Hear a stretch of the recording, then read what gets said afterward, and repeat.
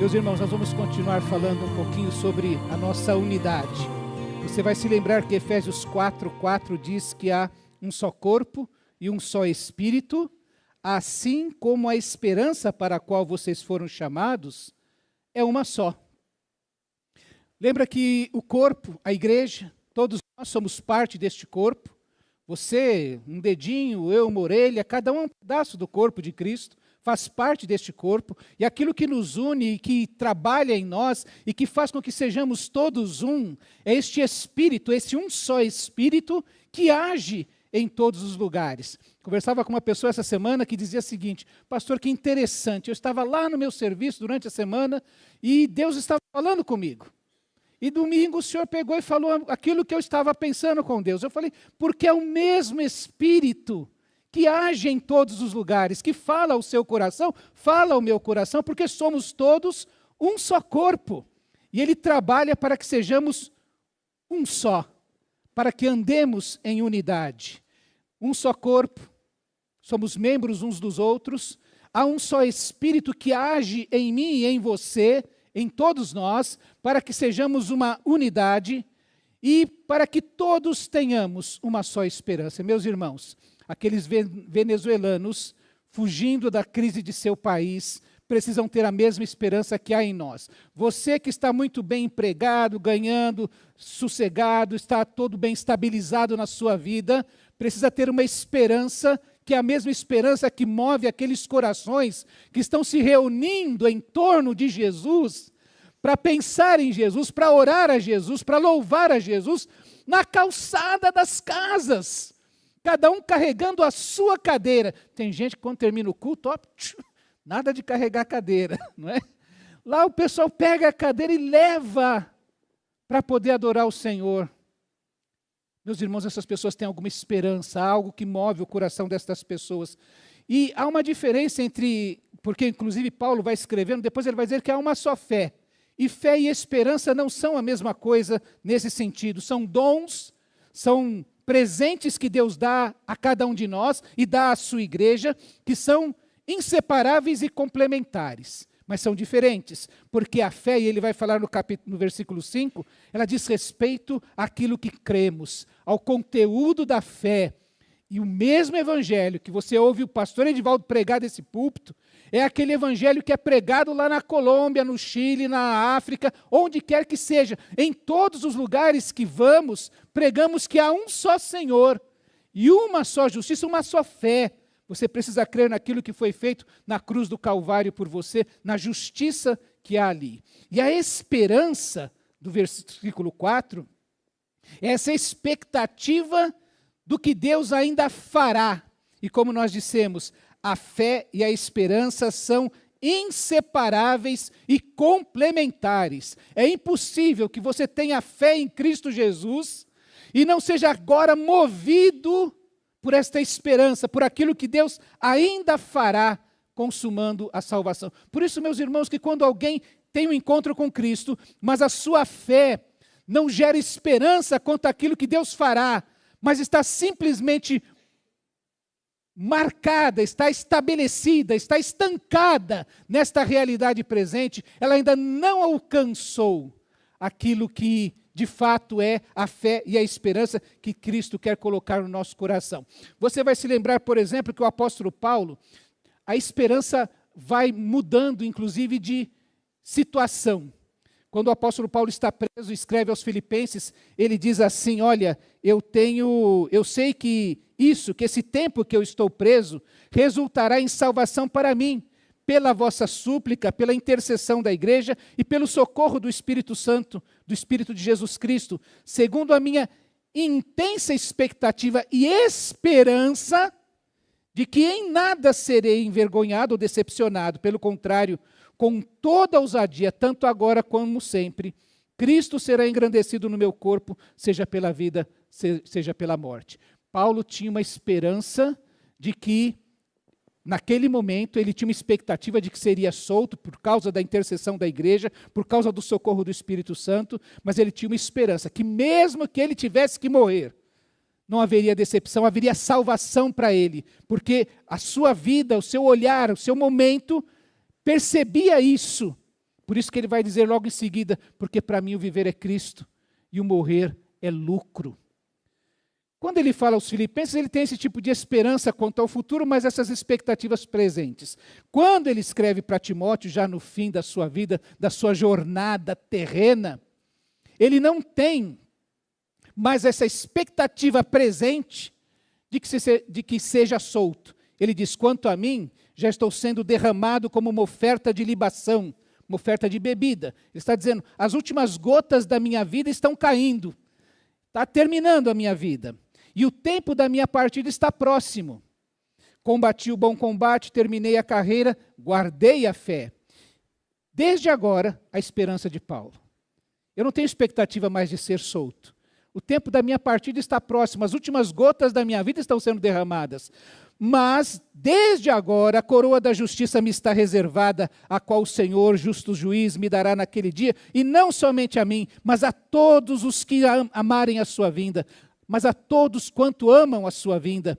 Paulo tinha uma esperança no seu coração. A expectativa quanto ao presente muda, mas esta esperança quanto àquilo que Deus fará, completando a salvação, mantém o coração do apóstolo fervoroso, aquecido, decidido, comprometido, sem dúvidas, cheio de fé naquilo que creu. Qual é o conteúdo desta única esperança? Há uma única esperança a qual todos nós fomos chamados. Todos, o que é que todos aqui que creem em Cristo precisam esperar? O que é que todos estão esperando? O que unanimemente devemos esperar? Nós aguardamos mais do que milagres. Nós aguardamos a consumação da nossa salvação. O que é que você espera a consumação da minha salvação? Aquilo que Cristo começou em mim, Ele ainda vai completar. Quando a gente diz assim, que o melhor de Cristo, ou o melhor de Deus ainda está por vir, algumas pessoas criticam essa letra, não sei se é uma música que diz isso, é uma música que diz isso, fazem uma crítica a essa música, porque o melhor de Deus já veio, que é Jesus. É verdade. Jesus é o centro de todas as coisas. Mas o apóstolo Paulo diz que existem coisas que nós esperamos. Quando ele escreve aos Coríntios, ele diz que nem olho viu, ouvido nenhum ouviu, mente nenhuma imaginou o que Deus preparou para aqueles que o amam. E isso deve gerar uma expectativa, uma esperança. Eu espero por estas coisas que olho nenhum viu, ouvido nenhum ouviu, e nunca passou pela imaginação humana o que Deus ainda preparou para nós. Você já pensou nisso? Existem momentos tão prazerosos nessa vida, existem lembranças que nós guardamos para todos sempre, mas nada disso chega aos pés do que Cristo preparou para nós e que nos espera na eternidade. O Espírito Santo vai revelando para nós, o apóstolo Paulo fala isso, que Deus vai revelando isso que Ele tem deixado, que Ele deixou como esperança para nós, através do seu Santo Espírito de Deus. Meus irmãos, nós aguardamos, nós esperamos a consumação da nossa salvação. E o que é que esperança a palavra de Deus vai plantando em nosso coração? Primeiro, Ele planta em nós a esperança de uma glória futura. E é por isso que quando o Evangelho fica plantado somente nesta terra, e somente nas questões temporais, ele não alcançou ainda o que precisava fazer na vida da pessoa. Essa pessoa ainda não conseguiu compreender toda a plenitude da salvação. A salvação não é somente para este mundo. Aliás, o apóstolo Paulo diz que se nós esperamos somente para esta vida, nós somos as pessoas mais dignas de pena. A nossa esperança é para além desta realidade, transcende ao nosso tempo e espaço. Quando o apóstolo Paulo escreve a sua carta aos Romanos, no capítulo 8, ele diz assim, e não só isso, ele vem falando sobre os sofrimentos desse mundo, e por isso é importante a gente entender que a salvação não responde somente às questões deste tempo e espaço. Paulo argumenta, considero que os sofrimentos atuais não podem ser comparados com a glória que nos será revelada. E meus irmãos, esses nossos irmãos, que estão fugindo da Venezuela, numa situação extremamente precária.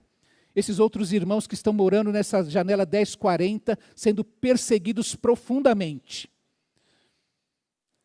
Esses sofrimentos, o que ameniza o seu sofrimento, o que traz conforto diante do sofrimento, é saber que aquilo que eles esperam, que a esperança que está em seus corações, que a glória futura é infinitamente maior do que os sofrimentos que estão sofrendo nesse momento. Eu sei que é difícil a gente entender. E às vezes a gente fala assim, você não sabe o sofrimento, como está doendo em mim. A minha dor você não conhece. Mas o que a palavra de Deus diz é que quando a gente olha os sofrimentos do apóstolo Paulo, ele fala exatamente disso. Os sofrimentos presentes não se comparam a essa glória futura. Aqueles que não conseguem vislumbrar a glória futura, acham que Deus os esqueceu, que Deus não os ama, que Deus não é poderoso para cuidar de suas vidas. E Paulo está dizendo assim, olha, não se compara a essa glória futura. E ele continua argumentando, dizendo que inclusive esse mundo, ele aguarda com expectativa a libertação, a sua redenção de todo o mal que o pecado trouxe sobre o mundo, a própria criação, todo o mundo criado, aguarda que haja essa manifestação e que haja uma redenção de todo o mal que existe no mundo. E ele diz assim, e não só isso, mas nós também, que temos os primeiros frutos do Espírito, aquilo que o Espírito vai nos revelando sobre o que Deus preparou para aqueles que o amam, nós que temos os primeiros frutos, os vislumbres da eternidade, gememos interiormente, esperando ansiosamente nossa adoção como filhos, a redenção do nosso corpo, pois nessa esperança fomos salvos. Ora, meus irmãos, é essa esperança que tem que dominar o nosso coração, que ele fala, nós aguardamos, esperamos ansiosamente a nossa adoção como filhos e a redenção do nosso corpo, porque nós fomos salvos nessa esperança. Se você foi salvo por outro motivo, ou se a sua salvação está baseada em outra coisa, você está errado. É por isso que há um autor que diz que aquilo com o que você ganha uma pessoa é para aquilo que você ganha. Interessante que no início da exposição do pastor Diego, estava lá, a missão não é filantropia. Porque se você ganhar uma pessoa porque você dá comida para ela, o dia que você parar de dar comida para ela, ela não vai mais querer estar na igreja, não vai querer seguir a Cristo. Se você ganha aquela pessoa para diversão, para o grande evento, o dia que não houver o grande evento, não houver a diversão, ela não vai amar a Cristo. Mas se você ganhar ela pelo Evangelho, ela pode enfrentar o que for na sua vida. Todo sofrimento, o maior sofrimento, mas ela vai continuar mantendo a sua esperança naquilo que Cristo prometeu para ela. Porque redenção é exatamente isso, libertação. Eu estou liberto das propagandas enganosas, eu estou liberto dos egocentrismos, das idolatrias que eu alimento em meu coração. Eu começo a ter uma compreensão correta de tudo que está acontecendo. A redenção que Paulo fala é uma metáfora sobre o mercado de escravos no mundo antigo. Libertar alguém de uma situação de escravidão ou cativeiro através de um pagamento de um resgate. Quando nós compreendemos que o que Cristo fez por nós foi nos redimir, foi pagar o preço do nosso resgate e nos libertar. Libertar do quê, pastor? Eu já sou livre, vivo num país livre. Libertar de tudo aquilo que o pecado trouxe sobre a nossa vida, especialmente a morte. Então, em primeiro lugar, meus irmãos, nós temos que o Evangelho cria em nós uma esperança por uma glória eterna. Se você não tem esse anseio de experimentar essa glória eterna, falta uma compreensão melhor da salvação. A carta aos Romanos é um tratado sobre salvação. É a carta que você quer entender o que é que significa Evangelho. Leia o livro de Romanos, leia a carta aos Romanos, estude a carta aos Romanos. A esperança, como nós dissemos, está intrinsecamente ligada à salvação, assim como a fé. São complementares. E quando nós pensamos, eu quero que você guarde isso no seu coração, que a nossa salvação, o nosso Deus que nos salva, Ele não está limitado ao tempo e espaço no qual nós estamos vivendo. E a sua salvação envolve o nosso passado, o nosso presente e o nosso futuro. É Ele que executa essa salvação. Não somos nós que a conquistamos. Ela acontece porque Jesus fez tudo.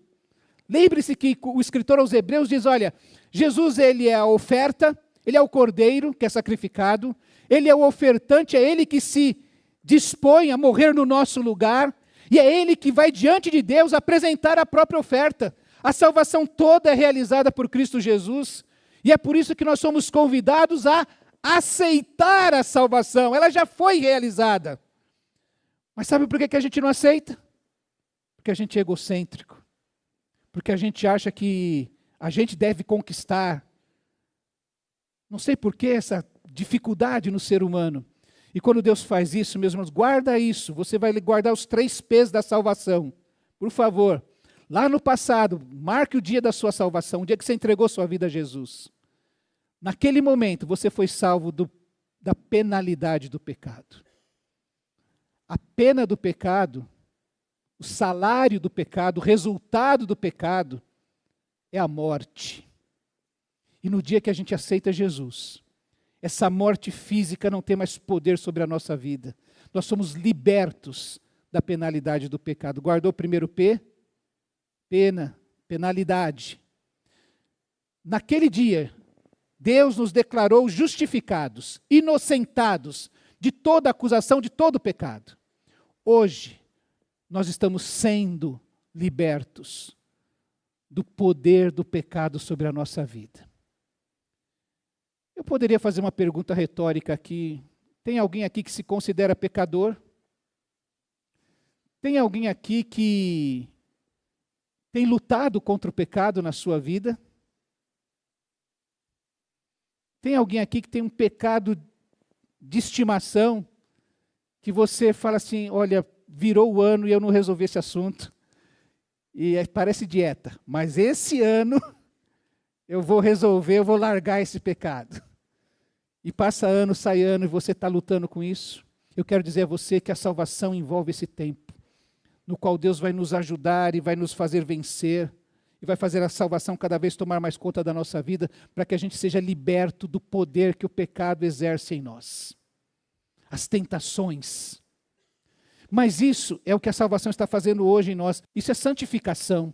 É o trabalho que o Espírito Santo, um só Espírito, um mesmo Espírito que habita em todos nós, faz para que nós, ele ilumina. Lembra que ele tem um ministério de ser um holofote jogando luz sobre Jesus?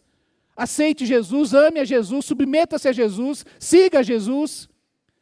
Fazendo isso, para que a gente seja liberto do poder do pecado sobre a nossa vida. Isso é santificação, para nos fazer parecidos com Jesus. Mas a salvação também é algo que está no futuro.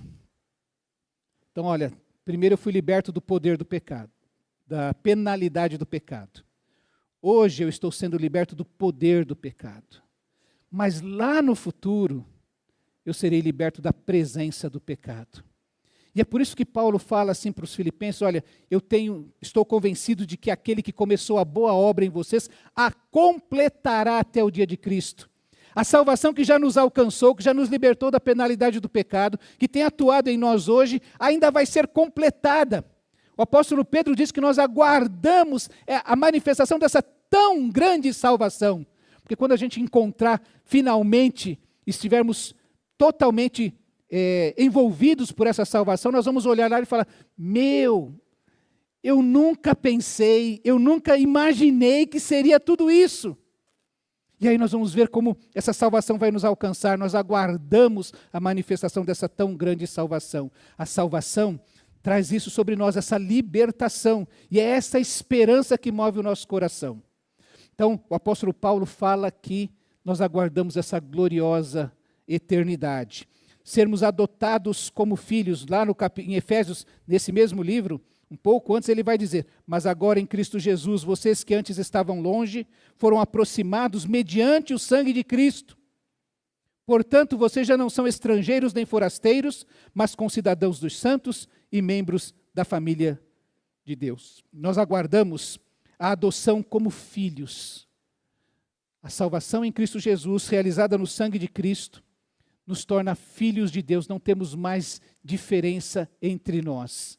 Mas isso só vai ser cabalmente realizado quando entrarmos na eternidade. Hoje, por isso que o apóstolo Paulo fala aos Romanos que o Espírito Santo testemunha ao nosso espírito que somos filhos de Deus.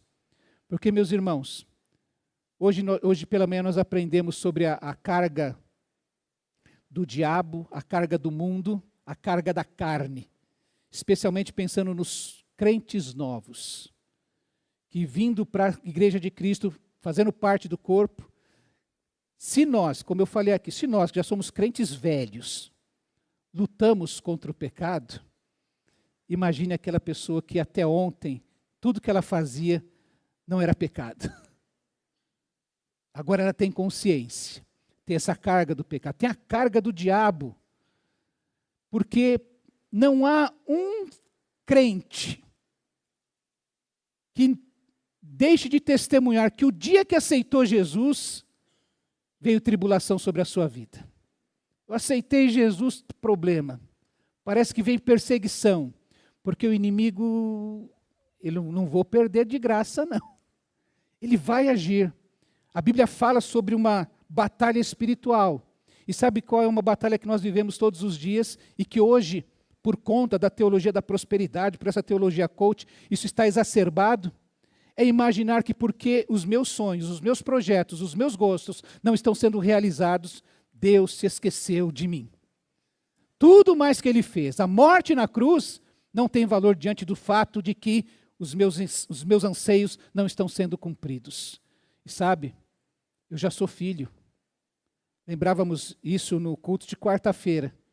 Quando a gente murmura, a murmuração fala assim: existe um outro poder no controle da minha vida. Você já pensou nisso?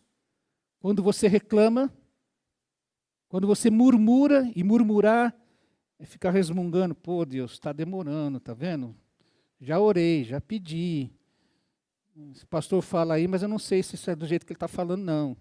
Teve um irmão uma vez que falou assim para mim: pastor, esse negócio aí só funciona na Bíblia. Percebe essas coisas? Esse tipo de fala, de conversa, é murmuração. E quando a gente fala isso, a gente está dizendo exatamente isso. Existe um outro poder no controle da minha vida. Lembro-me de um livro que falava sobre isso e perguntava assim: como pode ser isso? Deus falando: vocês, naquela linguagem, vós sois meus. Vocês me pertencem. Lembra da palavra de Jesus? Vocês estão na palma da minha mão. Daqui ninguém vai arrebatar vocês. Mas a gente vive isso e esquece que nós somos filhos de Deus. Às vezes murmuramos e às vezes não vivemos de maneira digna dos filhos de Deus. Paulo, quando escreve aos Coríntios a sua segunda carta, diz que Deus nos chama à santidade, dizendo: separem-se de todo tipo de ídolo, de todo tipo de idolatria, e eu vos receberei como filhos e filhas. Então nós temos que ter consciência de que nós somos chamados para uma esperança dos filhos. Ouvi uma jovem dando testemunho que um dia eu vou falar da parte boa e da parte ruim do testemunho dela. Ela disse que o pai dela falou assim: olha, não esquece de colocar o bilhete único, de carregar o bilhete único. E ela falou: eu como boa adolescente, depois eu faço. Até dia 15, não vai esquecer. E foi, depois eu faço. Chegou o dia 15, terminou o horário e ela não fez. Mas ela, como boa filha de um bom pai, ela falou: mãe, eu peço para meu pai me levar. E ela acordou e falou: pai, me leva. Os filhos têm isso, os filhos contam com o pai. Os filhos esperam do pai. Essa foi a parte interessante do testemunho dela, que ela tinha plena certeza que o pai, ela podia contar com o pai. Como filhos de Deus, nós devemos aprender que precisamos contar com o pai. Mas ela continua o seu testemunho e disse que o pai falou: não posso. Como assim não posso? Não dá para levar.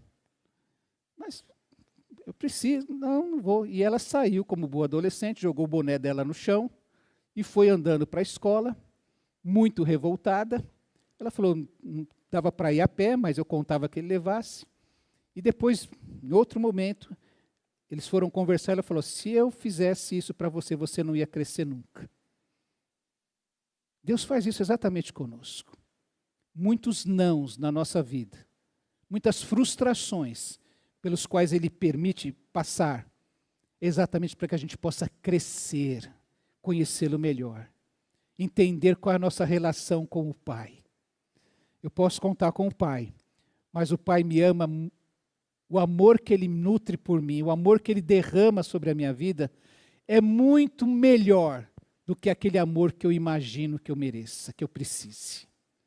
E é sempre assim, ela estava dando testemunho e falou, graças a Deus, que meu pai, naquele dia, me deu essa lição.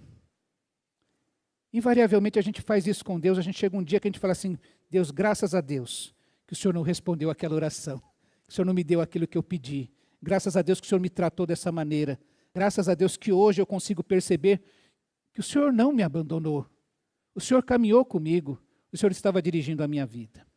A adoção de filhos, essa é uma esperança. Foi para esse tipo de esperança que fomos salvos. E ele diz também a redenção do nosso corpo. Quando ele escreve aos Coríntios, no capítulo 15, leia esse texto também, esse capítulo todo, medite a semana inteira sobre ele. Não seremos livres, ou plenamente livres, enquanto houver a possibilidade da morte. Esse final de semana eu participei, hoje à tarde, de um sepultamento.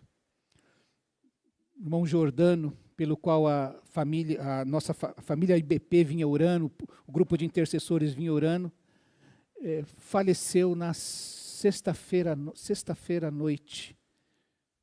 E sepultamento foi hoje à tarde. Meus irmãos, Paulo fala muito claramente, só existem dois tipos de pessoas. Os que têm esperança e os que não têm esperança. Quando você morre com esperança, você sabe que aquele corpo que está ali não é o fim. Você sabe que aquela pessoa representada por aquele corpo está num lugar infinitamente melhor. Está experimentando o que o olho não viu, o ouvido não ouviu, o que nós não conseguimos imaginar. Ele está desfrutando. Aquilo que é uma esperança em nosso coração, para aquele nosso irmão é uma realidade. Ele já está desfrutando. Mas até lá, havia aquela família chorando, triste, pela partida do seu ente querido.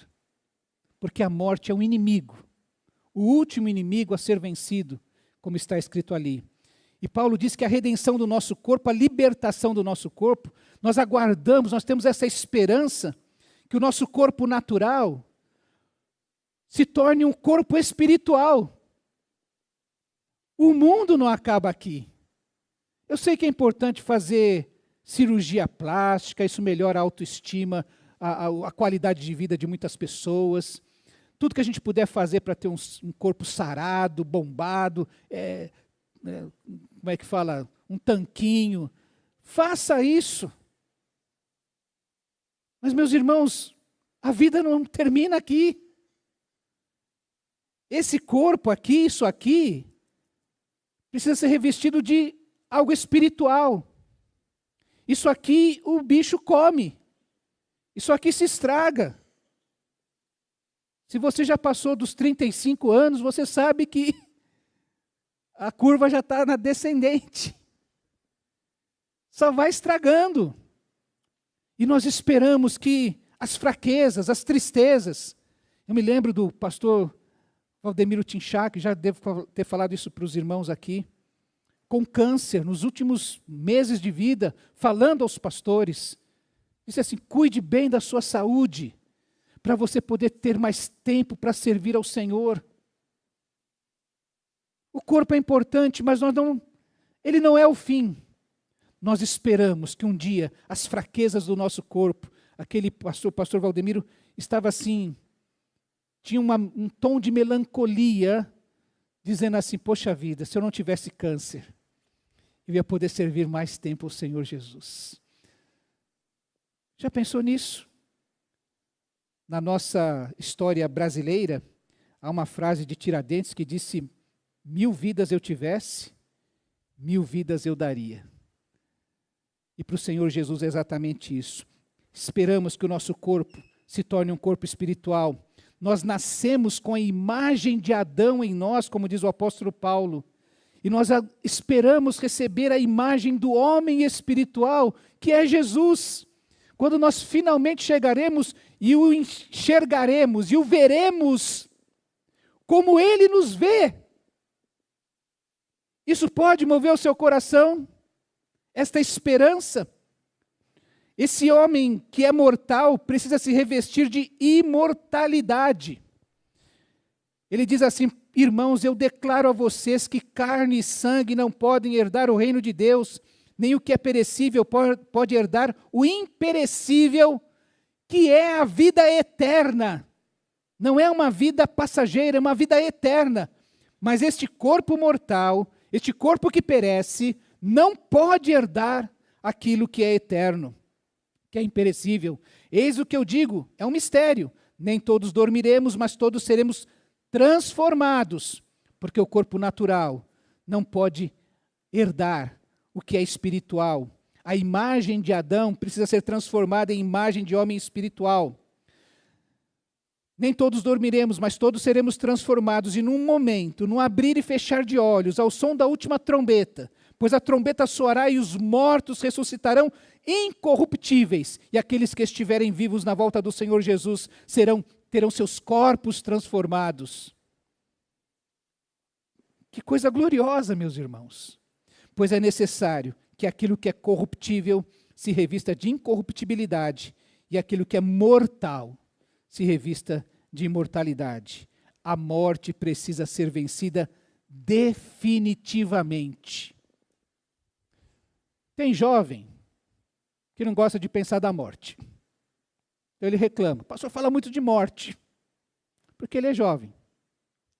Então ele não gosta de falar da morte, porque ele tem muitos sonhos, não tem problema. Tem alguns que não gostam de falar da morte porque acham que a morte está próxima. Ô pastor, eu estou na fila aí, meu número está chegando, não é? E eu não tenho pressa. Tem alguns que têm medo da morte, porque, meus irmãos, a morte é um inimigo. A morte nos faz sofrer. Não é incomum você encontrar irmãos que lutaram em oração por seus entes queridos, e chegar uma hora que eles falam assim: ó, pastor, eu peço a Deus que o leve, porque ele está sofrendo muito. A morte não é fácil. Não se glamoriza. Por isso que a morte precisa ser vencida. Eu quero encerrar, meus irmãos. Então, lembrando que a redenção do nosso corpo passa por essa esperança que um dia esse corpo que está se corrompendo, perdendo o seu vigor,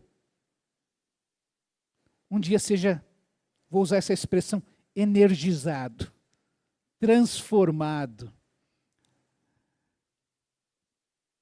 num corpo glorioso, num corpo incorruptível, imortal, glorioso, na presença do Senhor. Eu quero terminar lembrando a esperança que Jesus plantou no coração dos seus discípulos. Hoje no sepultamento esse texto foi lido. A esperança que Jesus plantou no coração dos seus discípulos era exatamente diante da morte. Ele reuniu os discípulos naquela última ceia e falou: olha, eu quero avisar vocês que em breve eu não estarei com vocês. E aí ele diz assim: não se perturbe o coração de vocês. Creiam em Deus, creiam também em mim. Na casa de meu pai há muitos aposentos, e se não fosse assim eu teria dito a vocês. Vou preparar lugar para vocês, e quando eu for e preparar lugar, voltarei e os levarei para mim, para que vocês estejam onde eu estiver. Meus irmãos, qual é a ideia de Jesus aqui? Ele está falando de um casamento. Naquele tempo, os casamentos eram organizados pelos pais dos noivos, e o noivo levava o seu séquito até o pai da noiva, o seu pai também, e negociava lá, olha, tinha lá o dote, aquelas coisas todas, está negociado. E aí esse noivo voltava para a casa do pai, para a fazenda, para as terras do pai, e lá ele ia construir uma outra casa para ele, para a sua nova família, um outro aposento. Isso durava 9 meses, 1 ano mais ou menos. O casamento já estava acordado. Ele voltava para preparar. E depois que ele terminasse, ele vinha não para, vou voltar aqui tal dia, não, ele já vinha com seu séquito, com seus amigos, já vinha para tomar a sua noiva, a sua esposa. Ele entrava para tomar para si aquilo que já lhe pertencia. E quando Jesus falou isso para os seus discípulos, foi essa figura que veio em suas mentes. Jesus prometeu aos seus discípulos, olha, eu quero plantar uma esperança no coração de vocês. Por isso que a igreja é chamada de a noiva de Cristo. Porque ele prometeu que o Pai tem uma casa ampla, com muitos aposentos. Que há um lugar onde o Pai vai nos receber todos aqueles que creem em Cristo Jesus. Ele plantou uma esperança dizendo assim, o Pai tem muitos aposentos. Eu estou indo à frente de vocês para preparar lugar para vocês. E eu vou voltar para buscar vocês. Como o noivo volta para buscar a sua noiva, para tomar para si. Para que vocês estejam comigo onde eu estiver. Essa esperança que Jesus plantou no coração dos seus discípulos. Eu vou morrer daqui a pouco. Em breve eu não estarei com vocês, mas eu vou mandar o Espírito Santo para vocês. Para ensinar a vocês, para conduzir a vocês. E os discípulos então, diante da morte de Jesus, como nós já vimos, ficaram com medo, negaram Jesus, incrédulos, pensaram em desistir do caminho de Jesus, mas, finalmente, Jesus vem a eles, ressurreto, e depois dá as suas ordens, diz que o Espírito Santo vai fazer na vida deles, sobe aos céus, e os anjos dizem, este que vocês viram subir, vai voltar um dia. E é essa esperança que existe em nós. Seja aqui na IBP, seja lá em Cúcuta, seja na África, na Ásia, onde quer que for. Há uma só esperança para a qual nós fomos chamados. Uma esperança que faz a gente enfrentar esta vida, sabendo que há algo infinitamente melhor na presença do Senhor. Assim permanecem 3 coisas: a fé, aquilo que nós cremos sobre Cristo, a esperança, aquilo que nós aguardamos. E a gente aprendeu que ser maduro é aprender a abrir mão de algo bom por algo melhor. Nós esperamos aquilo que é infinitamente melhor do que nós possamos ter aqui. Que essa mesma esperança, nós todos somos chamados a essa mesma esperança, domine o nosso coração. Que amanhã, quando você acordar na segunda-feira, desse feriado prolongado, quando você tiver que enfrentar as lutas da sua vida, que você possa ter essa esperança. Senhor, eu sei que eu sou seu filho, eu sei que eu estou experimentando o poder da libertação de Cristo Jesus, eu sei que uma hora o Senhor vai vir me buscar, e aí eu vou estar definitivamente liberto de todos os problemas que existem nesse mundo, nesta vida. Que essa esperança domine o seu coração.